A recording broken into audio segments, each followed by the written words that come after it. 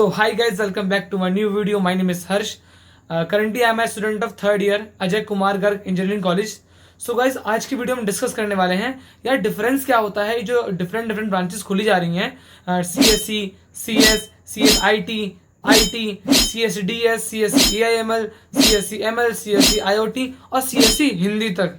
तो यार ये आप सब बहुत कंफ्यूज हो गए इस समय, जो इस समय 12th पास आउट होके आए होंगे और जो इस समय अपनी जो काउंसलिंग है वो कर रहे होंगे, ठीक है, या चाह रहे होंगे कि उन्हें किसी बीटेक कोर्सेज में एडमिशन मिले. तो इसके पीछे जो है रीजन क्या है इतने सारे ब्रांचेस खोलने का.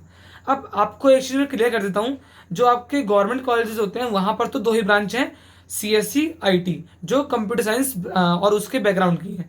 लेकिन बात करते हैं प्राइवेट सेक्टर की, जो प्राइवेट कॉलेजेस हैं हमारे इंडिया में या फिर AKTU में बात करें या किसी और यूनिवर्सिटी में भी, तो वहाँ पर डिफरेंट ब्रांच मिलेंगे आपको. जैसे कि बात करें CSE जिसकी फुल फॉर्म है computer science and engineering, CS जो कंप्यूटर साइंस है, IT जो है इंफॉर्मेशन टेक्नोलॉजी, ठीक है, CS एंड IT जहाँ पर कंप्यूटर साइंस भी है, IT भी है, CSE/DS computer science and engineering with data science, CSE AIML computer science and engineering with artificial intelligence and machine learning, CSE IoT computer science and engineering with information of things. ठीक है, तो इतने सारे branches हैं. तो इसके difference जो इसके पीछे मेन रीजन था वो ये था कि नंबर ऑफ सीट्स को इनटेक करने का.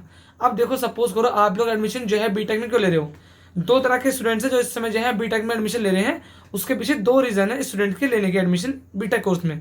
पहला, या तो वो खुद इंटरेस्टेड है कोडिंग फील्ड में या फिर कोडिंग सेक्टर में, ठीक है, वो चाहता है कि हाँ वो जो है डेवलपमेंट के सेक्टर में कुछ अपनी तरफ से कंट्रीब्यूट करे सोसाइटी को.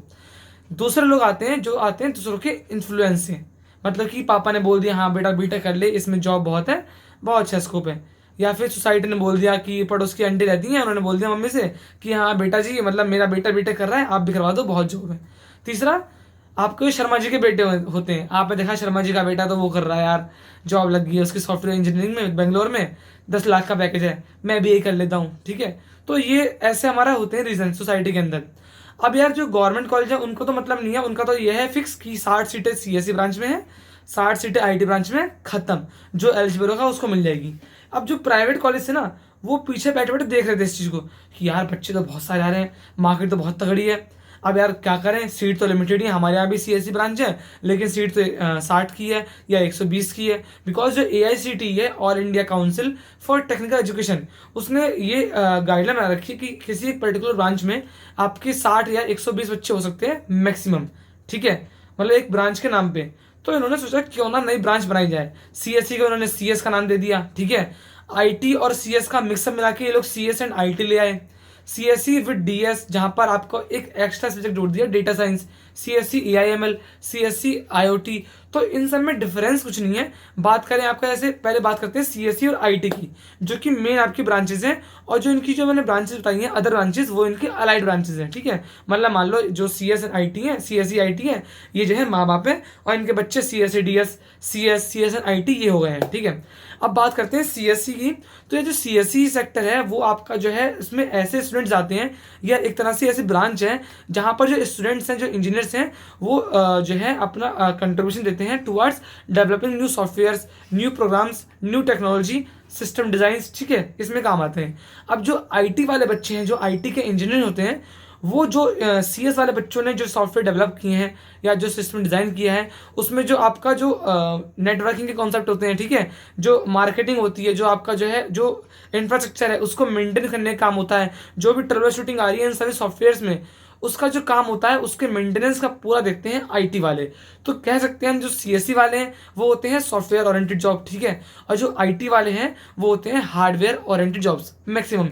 लेकिन ये पहले था, अब क्या हो गया है, अब जो है CS का बच्चा हो, IT का बच्चा हो, वो किसी भी फील्ड में काम कर सकता है बिना किसी दिक्कत के. बिकॉज आजकल जो कंपनियां हैं जो कॉलेजेस में आती हैं, तो वो ये नहीं देखती कि बच्चा CSE का है, IT का है, वो देखती है स्किल्स कितनी है बच्चे में, कितना उसको कोडिंग आती है, कितना जो है उसको CP आती है, कितना उसके अंदर लॉजिकल एबिलिटी है, कितना उसको एप्टीट्यूड की नॉलेज है. तो वो जो कंपनियां हैं वो ये चीज़ चेक करती हैं. आजकल जो कंपनियां हैं वो इसी वाले बच्चों तक को अलाउ कर देती हैं प्लेसमेंट में बैठने के लिए। तो ये तो सीएससी के ब्रांचेज हैं। अब बात करते हैं मेन डिफरेंस क्या है। अब देखो यार, जैसे सीएससी है, आईटी है, वो तो आपकी कोर ब्रांचेज हैं। जैसे बात करते हैं सीएस की, कंप्यूटर साइंस, ठीक है।